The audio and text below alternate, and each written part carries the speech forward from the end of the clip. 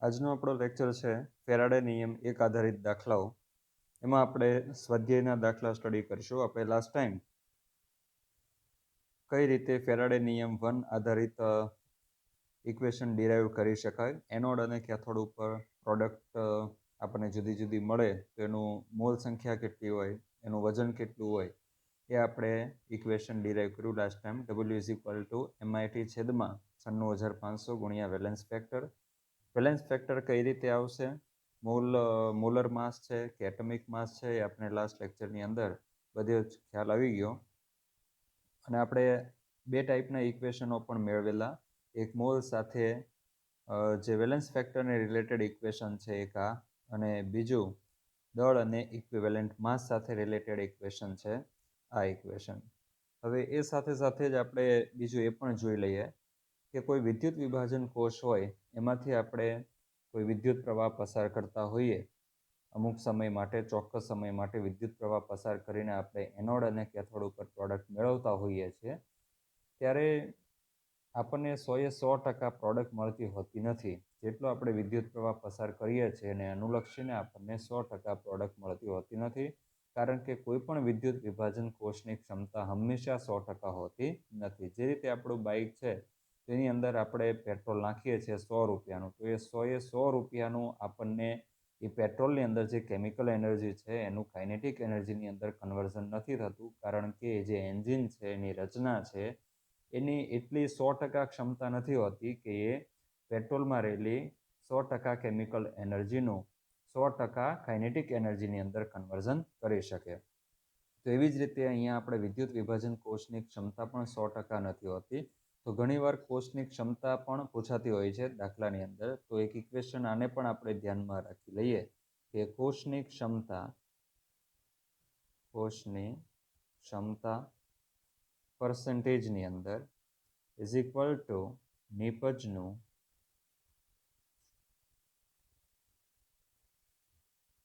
પ્રાયોગિક મૂલ્ય એના છેદમાં નિપજનું સૈદ્ધાંતિક મૂલ્ય.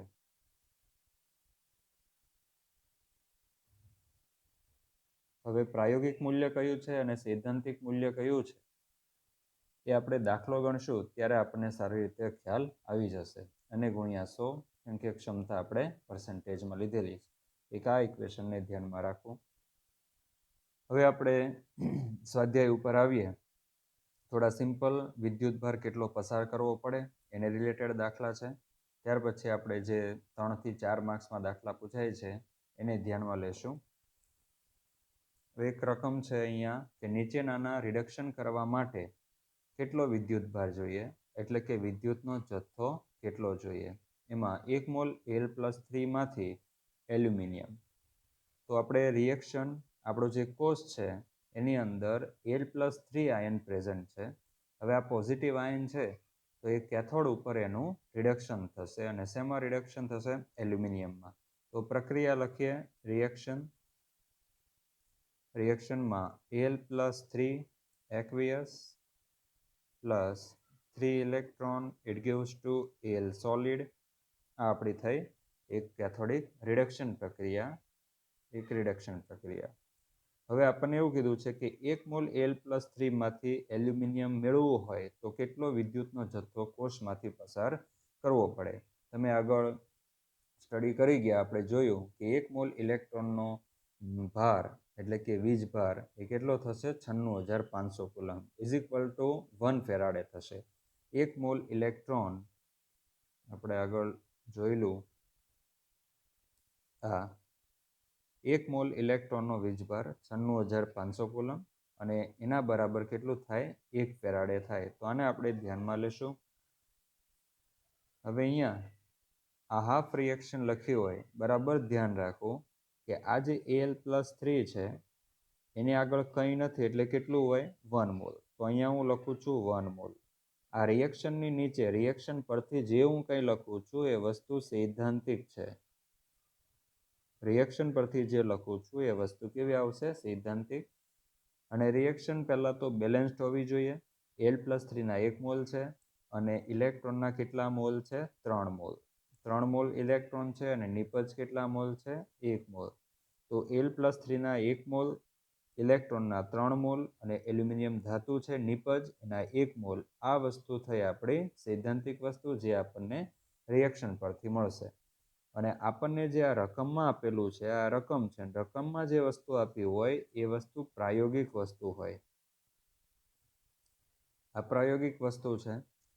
હવે આપણે અહીંયા એ જોવાનું છે કે 1 મોલ Al+3 આયનનું એલ્યુમિનિયમમાં રૂપાંતર કરવા માટે કેટલો વિદ્યુતનો જથ્થો રિએક્શન પરથી આપણને જોઈએ. તો આ 1 મોલ એલ્યુમિનિયમ+3 આયન છે એનું મારે એલ્યુમિનિયમ ધાતુમાં રૂપાંતર કરવું હોય તો મારે ઇલેક્ટ્રોનનો કેટલો જથ્થો જોઈએ? તો અહીંયા આપ્યું છે ઇલેક્ટ્રોન 3 મોલ જોઈએ. તો હું એમ લખું કે 1 મોલ Al+3 નું એલ્યુમિનિયમ સોલિડમાં રૂપાંતરણ કરવા 3 મોલ ઇલેક્ટ્રોન જોઈએ. હવે જો આપણે આગળ એવું જોઈ ગયા કે 1 mole electron is equal to 1 faraday એવું થાય, ઇઝ ઇક્વલ ટુ 96,500 કુલમ થાય. તો આ જે 3 મોલ છે એના બરાબર હું 3 ફેરાડે લખી શકું. અને મારે જો કુલમમાં વિદ્યુતનો જથ્થો જોઈતો હોય તો હું શું કરી શકું? એને ગુણ્યા 96,500 કરી શકું. તો 1 મોલ ઇલેક્ટ્રોનનું એલ્યુમિનિયમ સોલિડમાં રૂપાંતર કરવા માટે 3 મોલ ઇલેક્ટ્રોન જોઈએ. માટે શું? કારણ કે આપણને તો પ્રાયોગિક મૂલ્ય કેટલું છે? 1 મોલ. તો અહીંયા માટે લખવાની કોઈ જરૂર નથી, સીધું જ થઈ ગયું. કારણ કે જો અહીંયા 2 મોલ હોત તો આપણે શું લખીએ? માટે 2 મોલ ઇલેક્ટ્રોનનું Al+3નું રૂપાંતરણ કરવા માટે કેટલા જોઈએ? તો અહીંયા એની કોઈ જરૂર નથી કારણ કે આપણી રકમમાં પ્રાયોગિક વેલ્યુ કેટલી છે? 1 મોલ. બરાબર. તો 1 મોલ Al+3નું કન્વર્ઝન કરવા માટે 3 મોલ ઇલેક્ટ્રોન જોઈએ છે. અને આ 3 મોલ ઇલેક્ટ્રોનને હવે આપણે શેમાં ફેરવવાના છે? કુલમમાં ફેરવવાના છે. બરાબર. તો હું એમ ડાયરેક્ટ જ સિમ્પલ છે કે 1 ફેરાડે 1 મોલ ઇલેક્ટ્રોન અહીંયા છે જ આપણી પાસે ઇઝ ઇક્વલ ટુ 96,500 કુલમ. માટે 3 મોલ ઇલેક્ટ્રોનનો વીજભાર કેટલો? તો ગુણાકાર કરી દઈએ આનો તો સીધો જ આવશે 289,500 is equal two 2.895 into 10⁵ coulomb. બરાબર. તો આટલો કુલમમાં વિદ્યુતનો જથ્થો પસાર કરીએ તો આપણને 1 મોલ Al+3માંથી 1 મોલ એલ્યુમિનિયમ ધાતુ મળશે. જો ફેરાડેમાં શોધવું હોય તો આપણે એમ લખી શકીએ કે ભાઈ 1 મોલ ઇલેક્ટ્રોનનો વીજભાર 1 ફેરાડે માટે 3 મોલ ઇલેક્ટ્રોનનો વીજભાર ઇઝ ઇક્વલ ટુ 3 ફેરાડે. તો જો ફેરાડેમાં પસાર કરવો હોય તો કેટલા ફેરાડે જોઈશે? 3 ફેરાડે. કુલમમાં જો પસાર કરવો હોય તો 2.895 ઇન્ટુ 10⁵ કુલમ વિદ્યુતનો જથ્થો પસાર કરવો પડશે. સેકન્ડ લઈએ, જોઈ લેજો આ.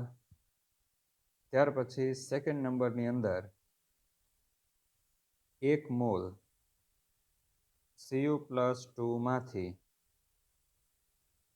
Cu મેળવવા માટે કેટલો વિદ્યુતનો જથ્થો પસાર કરવો પડે, કેટલો વીજભાર પસાર કરવો પડે? તો આપણે પહેલાં તો રિએક્શન લખીએ કે Cu+2 electron it gives to Cu solid. હવે જો શું કરવાનું કે આ જે 2 ઇલેક્ટ્રોન છે, 2 મોલ ઇલેક્ટ્રોન, તો તમે સીધું 2 ફેરાડે કરી શકો. અને જો સીધા જ કુલમ જોઈતા હોય તો શું કરી દેવાનું? આને ગુણ્યા 96,500 કરી દો એટલે આ સીધા જ કુલમ મળી જશે. બરાબર. તો અહીંયા આપણી પાસે અત્યારે સૈદ્ધાંતિક રીતે Cu+2 કેટલા છે? 1 મોલ. ઇલેક્ટ્રોન કેટલા છે? 2 મોલ. અને કોપર ધાતુ કેટલા મળે છે? 1 મોલ. બરાબર ને? 2 મોલ ઇલેક્ટ્રોન એટલે કેટલા થયા? 2 ફેરાડે થાય.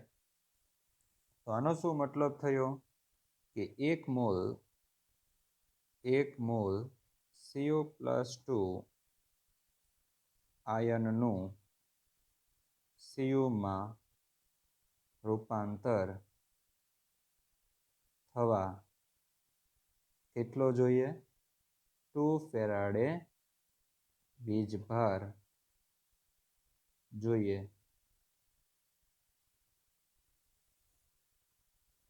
માટે કરીને કરવાની કોઈ જરૂર નથી, કારણ કે અહીંયા કેટલા છે? 1 મોલ. તો 1 મોલનું જ થયું ને સીધું. તો 1 મોલ થયું +2 આયનનું કોપરમાં કન્વર્ઝન કરવા માટે 2 ફેરાડે વીજ ભાર જોઈએ. પણ આપણે જો કુલમમાં કન્વર્ટ કરવું હોય તો આપણને ખબર છે કે 1 ફેરાડે બરાબર 96,500 કુલમ. માટે 2 ફેરાડે બરાબર, આ ફેરાડેને શેમાં કન્વર્ટ કરવા છે આપણે? કુલમની અંદર. તો 96,500 વડે એને મલ્ટીપ્લાય કરી દો તો સીધા જ આવશે 1.93 × 10⁵ કુલમ. થર્ડની અંદર જોઈએ, એમાં 1 મોલ, અહીંયા 1 મોલ આપ્યું છે એટલે સીધું સૈદ્ધાંતિક જ આવી જશે. એમાં પ્રાયોગિક લખવાની કોઈ જરૂર નહીં રહે, કારણ કે પ્રાયોગિક મોલ પણ આપણા કેટલા છે? 1 મોલ જ છે. 1 મોલ MnO4- માંથી Mn+2. હવે અહીંયા રિએક્શન લખવા માટે આપણને ખ્યાલ છે 11મા ધોરણમાં રેડોક્સ પ્રક્રિયા ચેપ્ટરમાં આપણે રિએક્શનનો બેલેન્સ કરેલી. આમાં Mnનો ઓક્સિડેશન નંબર છે +7, બરાબર. તો +7 માંથી શું થાય છે? +2. મતલબ કે અહીંયા એક રિડક્શન પ્રક્રિયા થાય છે. તો આપણે શું કરશું? MnO4- લખી દઈએ, ઇટ ગિવ્સ 2. અહીંયા લખીએ Mn+2. હવે ઓક્સિજનને બેલેન્સ કરીશું H2O વડે. તો અહીંયા 4 ઓક્સિજન છે, તો હું અહીંયા 4 H2O મૂકી દઉં. 4 દુને 8. કેટલા આવ્યા?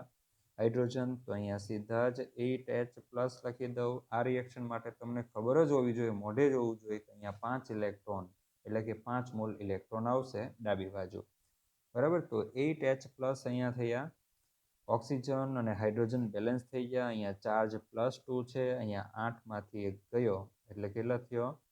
7 થયું. આ બાજુ +7 થયા અને આ બાજુ ચાર્જ છે +2. તો કેટલાનો ફેરફાર થયો? ચાર્જ હવે બેલેન્સ કરવાનું છેલ્લે, તો 5નો. તો હું અહીંયા +5 ઇલેક્ટ્રોન જો મૂકું તો +5. ઓકે, તો કેટલા થયા? 7 માંથી 5 ગયા, +2. તો ચાર્જ પણ અહીંયા બેલેન્સ થઈ ગયો. તો એક રિડક્શન પ્રક્રિયા થઈ કે જેમાં ઇલેક્ટ્રોનના મોલ થયા 5. સો હિયર MnO4- આયન છે 1 મોલ. રિએક્શન ફરજિયાત બેલેન્સ્ડ હોવી જોઈએ. અને Mn+2 આયન કેટલા છે? 1 મોલ, બરાબર. તો 1 મોલ જે MnO4- આયન છે એને 1 મોલ Mn+2માં કન્વર્ઝન કરવા માટે કેટલા મોલ ઇલેક્ટ્રોન જોઈશે? 5 મોલ ઇલેક્ટ્રોન જોઈશે. મતલબ કે આપણા કોષમાંથી 5 મોલ ઇલેક્ટ્રોન જો પસાર થાય તો 1 મોલ MnO4- નું 1 મોલ Mn+2માં કન્વર્ઝન થશે.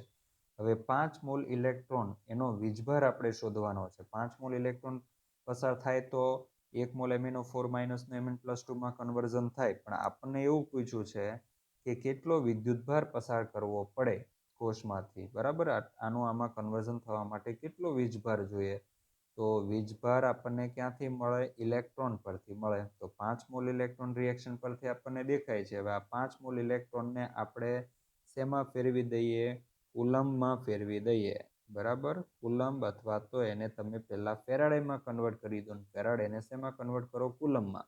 કારણ કે ફેરાડેમાં કન્વર્ટ કરવા એકદમ ઇઝી છે, કારણ કે આપણે જાણીએ છીએ કે 1 મોલ ઇલેક્ટ્રોનનો વીજભાર =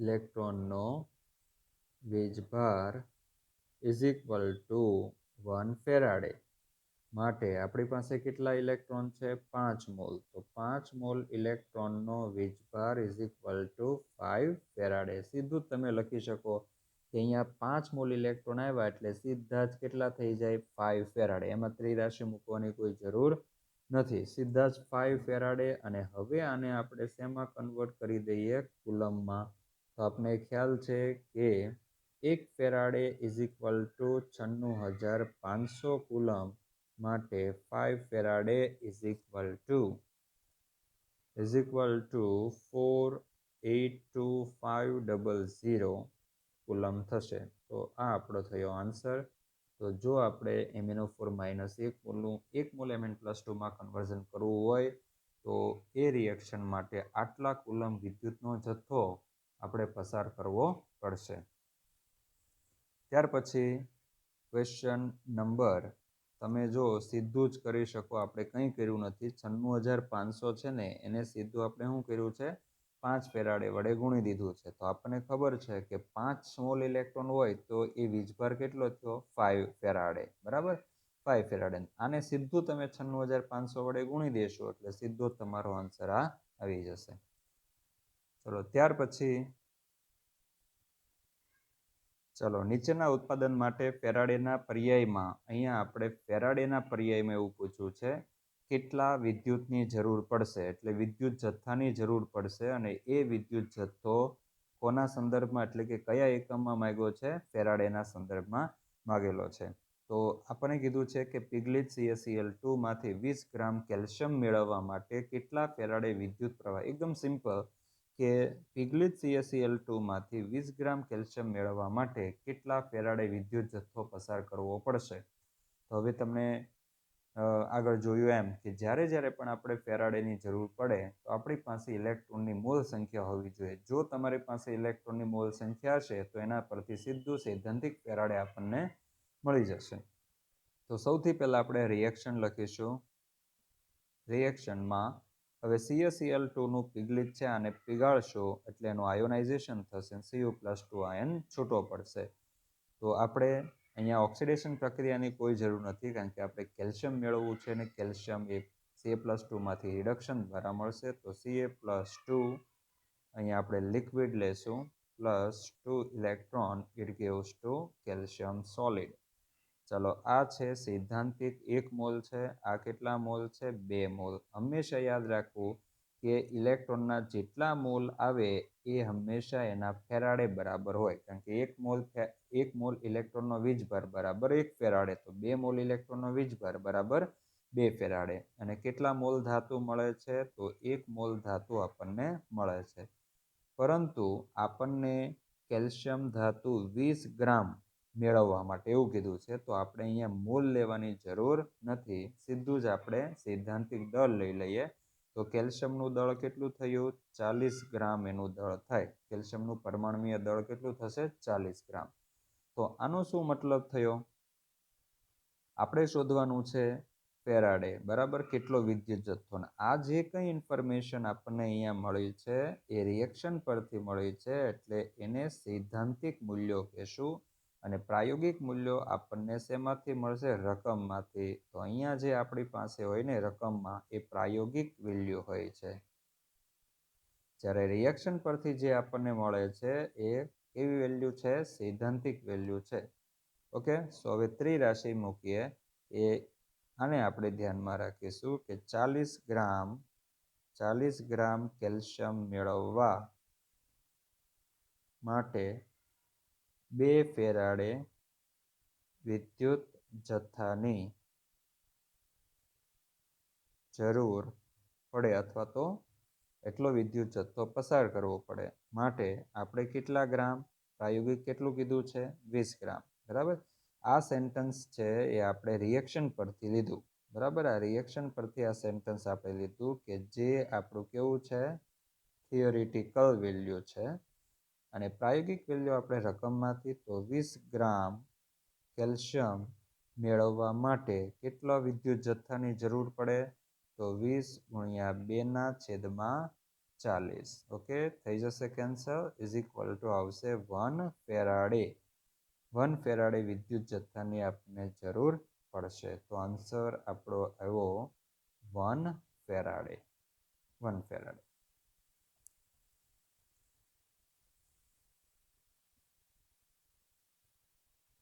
ત્યારબાદ સેકન્ડની અંદર લઈએ પિગલિત મોલ્ટન Al2O3 એલ્યુમિના માંથી 40 ગ્રામ એલ્યુમિનિયમ મેળવવા કેટલા ફેરાડેની જરૂર પડે.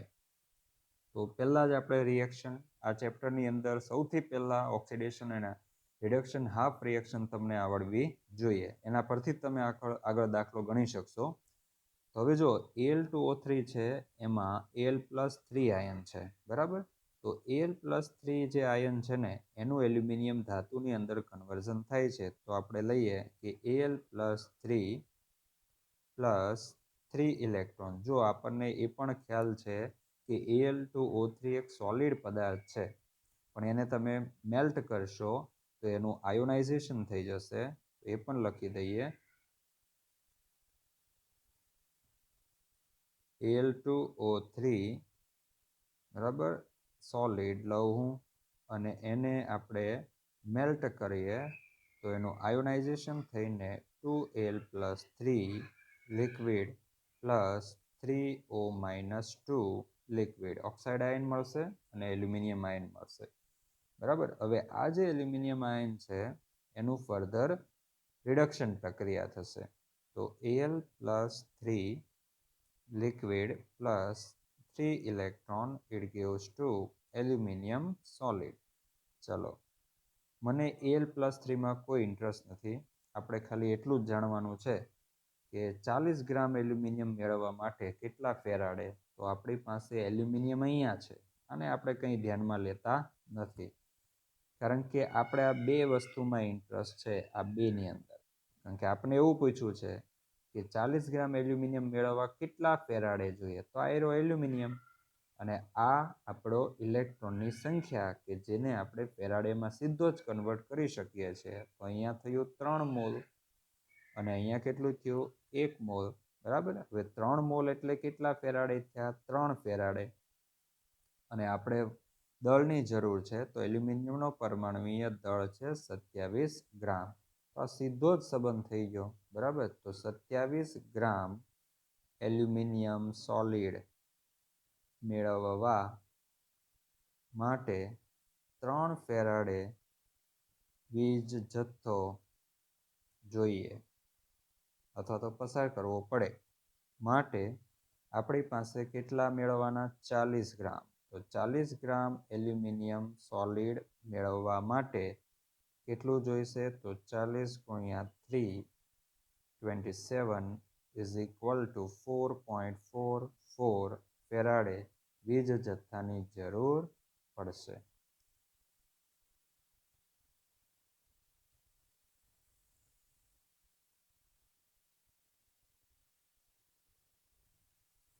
ચલો, 14મો ક્વેશ્ચન છે. નીચેના ઉત્પાદન માટે ઓક્સિડેશન પર્યાયમાં એટલે કે ઓક્સિડેશનના સંદર્ભમાં કેટલા વિદ્યુત જથ્થાની જરૂર પડશે? આ વિદ્યુતની જરૂર એટલે વિદ્યુત જથ્થાની જરૂર પડશે. એમાં 1 મોલ H2O માંથી 1 મોલ O2 મેળવવો છે. તો કેટલા 1 મોલ H2O માંથી ઓક્સિજન મેળવવો છે. ઓક્સિજન કેટલો મેળવવો છે એની કંઈ વાત નથી કરી, પણ આપણે જે ઓક્સિજન મેળવવાનો છે એ ફક્ત કેટલામાંથી મેળવવાનો છે? 1 મોલ. તો 1 મોલ H2O માંથી ઓક્સિજન મેળવવા માટે કેટલો વિદ્યુત જથ્થાની જરૂર પડશે? તો સૌથી પહેલાં આપણે રિએક્શન લખીએ. તો રિએક્શન માટે H2O, અહીંયા ઓક્સિડેશનની વાત કરી છે. H2O માંથી ઓક્સિજન ગેસ આપણને કઈ રીતે મળશે? તો એનોડ ઉપર ઓક્સિડેશન પ્રક્રિયા થવાથી. તો H2O liquid, it gives to H plus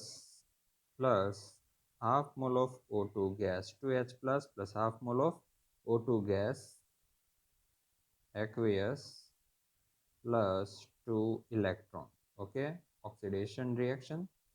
H2O આ એક સૈદ્ધાંતિક રિએક્શન થઈ, પણ હવે આપણને આમાં આપણે H પ્લસ O2 ગેસ એની કોઈ જરૂર નથી, કારણ કે આપણને કીધું છે કે 1 મોલ H2O માંથી O2 મેળવવા માટે આપણે વિદ્યુતનો કેટલો જથ્થો જોઈએ. ઓકે, 1 મોલ H2O માંથી O2 મેળવવા માટે વિદ્યુતનો કેટલો જથ્થો? આ Q શું? વિદ્યુતનો જથ્થો ઇન્ડિકેટ કરે. તો આપણે વિદ્યુતનો જથ્થો અને H2O ઉપર જ ધ્યાન આપવાનું છે. તો ચલો, આ જે રિએક્શન છે ને એમાં આપણે ફક્ત H2O ઉપર ધ્યાન આપીએ. તો H2O ના કેટલા મોલ છે સૈદ્ધાંતિક? આ થયા આપણા સૈદ્ધાંતિક મોલ.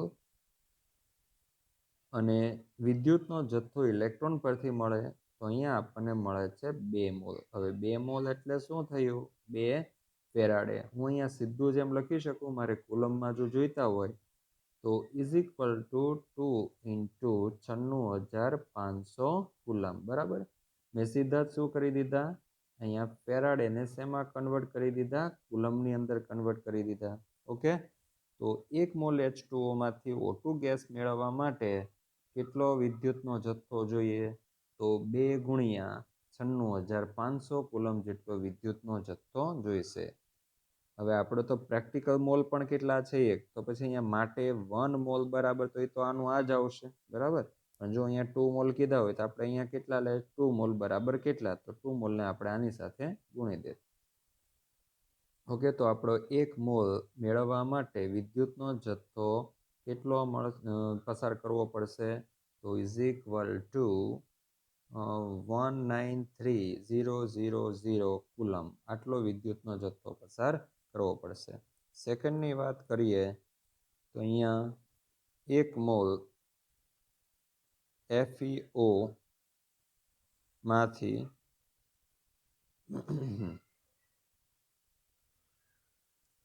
Fe2O3 આપણને ખ્યાલ આવે છે કે FeO માં Fe+2 હોય, Fe2O3 ની અંદર Fe+3 હોય.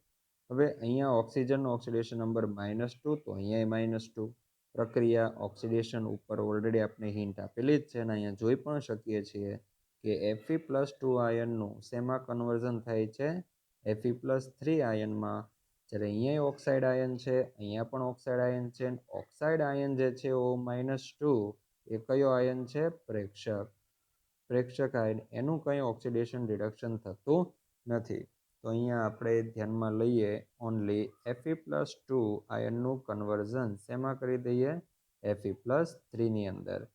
ઓકે, હવે જો અહીંયા પણ એક Fe છે, અહીંયા પણ એક Fe છે. પછી શું કરવાનું, ચાર્જ બેલેન્સ કરવાનું. તો ચાર્જ બેલેન્સ કરવા માટે શું કરશું આપણે, આને એક કામ કરીએ, અહીંયા +2 ચાર્જ છે અને અહીંયા +3 ચાર્જ છે. તો આપણે એક કામ કરીએ કે આને આપણે 2 વડે ગુણી દઈએ, આને 2 વડે ગુણીએ, આને પણ 2 વડે ગુણી દઈએ અને અહીંયા +2 ઇલેક્ટ્રોન કરી દઈએ. અથવા જો આવું ના કરવું હોય તો સિમ્પલ એમ જ રહેવા દો તો પણ ચાલશે. Fe અહીંયા 1 ઇલેક્ટ્રોન રાખી દો. બરાબર, Fe+2, આનો ચાર્જ +2, આનો ચાર્જ +3 અને આ પ્લસ આનો ચાર્જ કેટલો છે, -1. તો ઇઝ ઇક્વલ ટુ કેટલા થશે, 3 માંથી 1 ગયા એટલે 2. તો બંને બાજુ કેટલા થઈ ગયા, +2 ચાર્જ. તો આમ નામ રાખશો તો પણ ચાલશે. ચાલો, હવે આ છે 1 મોલ. આપણને કીધું છે 1 મોલ FeO માંથી. હવે આ જે Fe+2 છે ને એને તમે શું સમજો, FeO જ સમજો, અથવા અહીંયા હું સમજવાનું FeO, કારણ કે FeO માં Fe+2 આયન છે અને આપણે ઓક્સાઇડમાં કોઈ ઇન્ટરેસ્ટ નથી. આપણને ઇન્ટરેસ્ટ છે Fe+2 જે ચેન્જ થાય છે, જેનો ઓક્સિડેશન નંબર ચેન્જ થાય છે. તો 1 મોલે આપણને કેટલો મળે છે, 1 ફેરાડે મળે છે. બરાબર, અથવા તમે એમ પણ લખી શકો કે 1 મોલ ઇલેક્ટ્રોન છે તો 1 mole electron is equal to 1 faraday. એકદમ સિમ્પલ, ઇઝ ઇક્વલ ટુ એને કુલમમાં લખી દઈએ તો 96,500 કુલમ. તો 1 મોલ Fe+2 નું કન્વર્ઝન જો આમાં કરવું હોય Fe+3 ની અંદર, તો આપણે કેટલો વિદ્યુતનો જથ્થો પસાર કરવો પડશે, તો 96,500 કુલમ વીજ જથ્થો પસાર કરવો પડશે. ચાલો, એક મોસ્ટ ઇમ્પોર્ટન્ટ દાખલા તરફ આપણે જઈએ છીએ. આ ટાઈપના દાખલા JEE, નીટ અને ગુજરાત બોર્ડની અંદર વારંવાર 3 થી 4 માર્ક્સની અંદર પૂછાયેલા છે. તો 300 કેલ્વિન તાપમાને 1 બાર દબાણે એક વિદ્યુત વિભાજન કોષ લીધેલો છે, જેમાં CuCl2 નું એક જલીય દ્રાવણ છે, એક્વિયસ સોલ્યુશન છે, મોલ્ટન નહીં, જલીય દ્રાવણ. હવે એનું વિદ્યુત વિભાજન કરવાથી આપણને તાંબુ, કોપર અને ડાયક્લોરિન વાયુ પ્રોડક્ટ તરીકે મળે છે. જો આ કોષમાંથી 2 એમ્પિયર વિદ્યુત પ્રવાહ 1 કલાક માટે પસાર કરવામાં આવે તો કેટલું કોપર અને Cl2 વાયુ છૂટો પડે. હવે આપણને ખબર છે, આપણે વિદ્યુત વિભાજનની થિયરી પણ આગળ ભણી ગયા છીએ કે દ્રાવણની અંદર 2 ટાઈપના આયનો હોય છે. એક Cu+2 આયન, આપણે ખ્યાલ છે દ્રાવણની અંદર 2 ટાઈપના આયનો છે. એક Cu+2 આયન છે, બીજું Cl- છે અને જલીય દ્રાવણ છે એટલે H2O છે. આપણે અહીંયા એનોડ અને કેથોડ મૂકી દીધા એની અંદર અને એને બેટરી સાથે જોડી દીધા. આ પ્લસ ઇલેક્ટ્રોડ અને આ માઇનસ ઇલેક્ટ્રોડ. ચાલો Cl માઇનસ છે. હવે જુઓ કે અહીંયા H2O નું પણ ઓક્સિડેશન થઈ શકે અને Cl માઇનસનું પણ ઓક્સિડેશન થઈ શકે, પરંતુ આપણને ઓલરેડી કહી દીધું છે તો તમને એમ થાય કે આ દ્રાવણ સાંદ્ર છે કે મંદ છે. જો સાંદ્ર દ્રાવણ હોય તો Cl માઇનસનું ઓક્સિડેશન થાય, મંદ દ્રાવણ હોય તો H2O નું ઓક્સિડેશન થાય. તો આપણને કેવી રીતના ખબર પડે? કારણ કે રકમમાં તો સાંદ્ર ને મંદ એવું કંઈ લખ્યું નથી, પણ રકમમાં સીધું જ તમને પ્રોડક્ટ કહી દીધી છે કે કોપર ધાતુ અને Cl2 વાયુ છૂટો પડે છે. એનો મતલબ કે H2O નું ઓક્સિડેશન થતું નથી. કોનું ઓક્સિડેશન થાય? Cl માઇનસનું. અને કોપર ધાતુ મળે છે તો આ Cu+2 આયનનું અહીંયા શું થાય છે? રિડક્શન થાય છે. ઓકે, તો સૌથી પહેલાં આપણે જાણીએ છીએ કે રિએક્શન માટે જો હું અહીંયાથી સ્ટાર્ટ કરું છું કે Cu+2, હું ઉપરની થોડી જગ્યા છોડી દઉં છું. શું કામ એ આપણે પછી જોઈએ. કે કેથોડ એમાં રિએક્શન થાય છે Cu+2 aqueous. બરાબર ધ્યાન આપે આ દાખલાની અંદર. આ ટાઈપના દાખલા જ હોય છે, એમાં નવું કોઈ વસ્તુ નથી હોતી. એકવાર મેથડ સમજાઈ જશે તો તમને બધા જ દાખલા આવડશે. તો Cu+2 aqueous plus 2 electron it gives to Cu solid. ચાલો હવે બીજું કશું જ નહીં કરવાનું, આપણે ધાતુ જોઈએ છે. કેટલી ધાતુ? તો આ રિએક્શનમાં Cu+2 આયન ઉપર ધ્યાન નથી આપવાનું, આપણે બે જ વસ્તુ ઉપર ધ્યાન આપવાનું. એક તો કેટલા ફેરાડે વિદ્યુત પ્રવાહ એટલે કે ઇલેક્ટ્રોનની સંખ્યા, ઇલેક્ટ્રોનની મોલ અને ધાતુના મોલ. આ બે જ વસ્તુ ઉપર આપણે અહીંયા ધ્યાન આપવાનું છે. તો 2 મોલ ઇલેક્ટ્રોન હોય ને તો નીચે 2 મોલ લખવાની નથી જરૂર, સીધું જ 2 ફેરાડે કરી દેવાનું. બરાબર ધ્યાન આપજો. આ ટાઈપના દાખલામાં રિએક્શન લખીને 2 મોલ ઇલેક્ટ્રોન છે એની નીચે સીધું જ 2 ફેરાડે કરી દેવું, કારણ કે જાણીએ છીએ 1 મોલ ઇલેક્ટ્રોન બરાબર 1 ફેરાડે. તો 2 મોલ ઇલેક્ટ્રોન બરાબર 2 ફેરાડે. હવે અહીંયા કોપરના મોલ લખવાની નથી જરૂર, કારણ કે અહીંયા આપણે કેટલું કોપર મળે છે આપણે ગ્રામમાં શોધવું છે, એનું વજન શોધવું છે. તો સીધું જ આપણે એનું દળ લખી દઈએ અને અહીંયા જે કંઈ આવશે એ આપણને ખબર છે, એ થિયરિટિકલી આવશે, સૈદ્ધાંતિક આવશે. તો રકમમાં તમને કોપરનું મોલર માસ આપેલું છે 63.5. તો 63.5 ગ્રામ પર મોલ. ઓકે, તો આનો શું મતલબ થયો? આ સૈદ્ધાંતિક જે છે એનો શું મતલબ થયો? કે 2 ફેરાડે આ જે કોષ છે, આ કોષ એમાં 2 ફેરાડે જો વીજ ભાર પસાર થાય તો મને અહીંયા કેથોડ ઉપર 63.5 ગ્રામ કોપર ધાતુ મળે. બરાબર, તો હું અહીંયા શું લખી શકું કે 2 ફેરાડે વીજ પ્રવાહ, વીજ ભાર લખીશું, વીજ ભાર, કારણ કે વીજ ભારનો એકમ છે ફેરાડે. વીજ ભાર પસાર કરતા 63.5 ગ્રામ કોપર ધાતુ મળે. માટે કેટલો ફેરાડે? તો કેટલો ફેરાડે? આપણી પાસે ફેરાડે તો પ્રેક્ટિકલ છે નહીં, તો શું રકમમાં પ્રાયોગિક ફેરાડે આપ્યો છે? રકમમાં પ્રાયોગિક વિદ્યુતનો જથ્થો આપેલો છે? તો રકમમાં આપણને પ્રાયોગિક વિદ્યુતનો જથ્થો ક્યાંય પણ આપેલો નથી, પણ રકમમાં આપણને બે વસ્તુ આપી છે. એક આ આપ્યું છે કે 2 એમ્પિયર વીજ પ્રવાહ 1 કલાક માટે પસાર કરવામાં આવે. હવે આગળના ગઈકાલના જે લેક્ચર છે એના પરથી તમને ખ્યાલ છે કે Q is equal to I into T. Okay, તો વિદ્યુતનો જથ્થો કુલમમાં is equal to I into T. આઈની વેલ્યુ આપણી પાસે છે 2 એમ્પિયર. ફરજિયાત અહીંયા કુલમમાં ત્યારે જ આવશે કે જ્યારે આઈનું મૂલ્ય એમ્પિયરમાં હોય અને સમય એ સેકન્ડની અંદર હોય. મેં ત્યાં લખેલું કે સમય ફરજિયાત શેમાં હોવો જોઈએ? સેકન્ડમાં. તો જ આ જે ક્યુ છે એનો યુનિટ કુલંબ આવશે. તો અહીંયા 2 ગુણ્યા કેટલો છે? 1 કલાક. બરાબર, પણ એને સેકન્ડમાં કન્વર્ટ કરવા માટે આપણે કેટલા કરી દઈએ? 3600 સેકન્ડ. ઓકે, આ સેકન્ડ થયું અને આ એમ્પિયર થયું. ઇઝ ઇક્વલ ટુ કેટલું આવ્યું? 7200 કુલંબ. ફરજિયાત સેકન્ડમાં કન્વર્ટ કરવું, ઘણીવાર મિનિટમાં પણ આપતા હોય છે. તો આપણો જે કોષમાંથી પસાર થતો જે પ્રાયોગિક વિદ્યુતનો જથ્થો છે એ કેટલો આવ્યો? આટલા કુલમ આવ્યો. આ જે છે ને એ પ્રાયોગિક વિદ્યુતનો જથ્થો છે. પ્રાયોગિક વિદ્યુત જથ્થો અથવા તો વીજભાર. કેમ પ્રાયોગિક? કારણ કે આપણને રકમમાં કીધેલું છે. રકમમાં છે ને એ પ્રાયોગિક હોય છે. તો રકમમાં શું કીધું? 2 એમ્પિયર વિદ્યુત પ્રવાહ 1 કલાક માટે આ કોષમાંથી પસાર કરવામાં આવે છે. બરાબર? તો એ આપણો પ્રાયોગિક વિદ્યુતનો જથ્થો થયો. પણ આપણે તો અહીંયા ફેરાડે છે, તો આપણે આ કુલમને શેમાં કન્વર્ટ કરી દેવાના? ફેરાડેની અંદર. આપણને ખબર છે કે 96,500 coulomb is equal to 1 faraday. માટે આપણી પાસે આવ્યા 7200 કુલમ ઇઝ ઇક્વલ ટુ કેટલા ફેરાડે? તો 7200ના છેદમાં શું આવશે? 96,500 ઇઝ ઇક્વલ ટુ 0.075 ફેરાડે. તો આ આપણો આન્સર થયો. હા, આટલા ફેરાડે. બરાબર? આ શું આવ્યું? પ્રાયોગિક વિદ્યુતનો જથ્થો.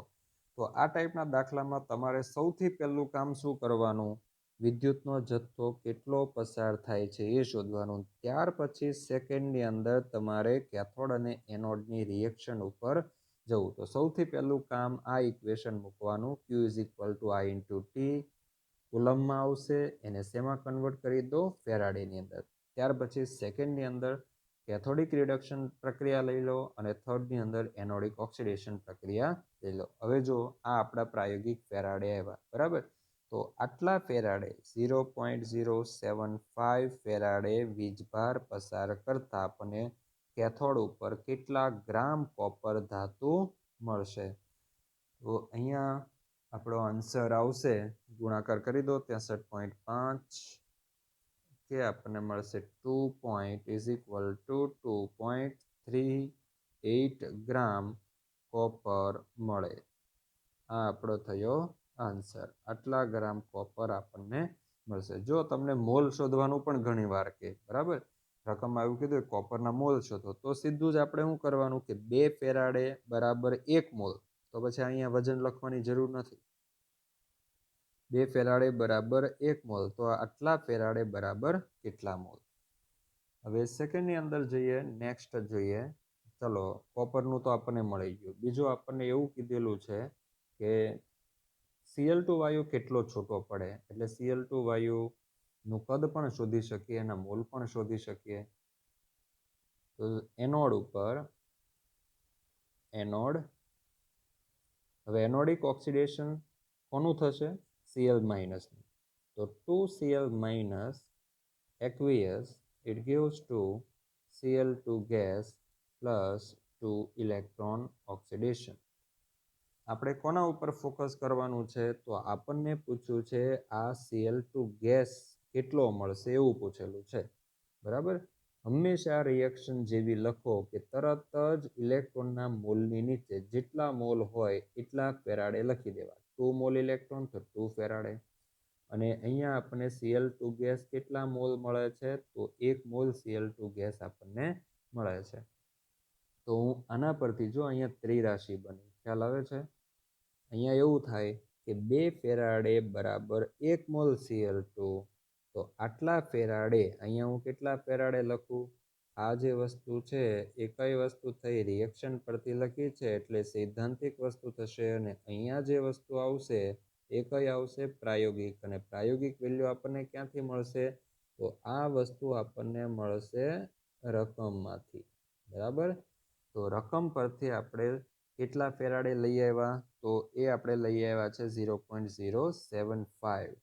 તો અહીંયા આવશે 0.075 ફેરાડે વીજ જથ્થો પસાર કરવામાં આવે તો આપણને કેટલા મોલ Cl2 મળે. તો જુઓ, આ એક શું બની ગયું? ત્રિરાશિ જ બની ગઈ. તો આપણે એમ લખી શકીએ કે 4 માર્ક્સમાં દાખલો પૂછાય છે એટલે આટલું કરીને સીધું નહીં કરવું, બધું જ લખાણ સેન્ટેન્સો લખવા કે 2 ફેરાડે વીજ જથ્થો પસાર કરતા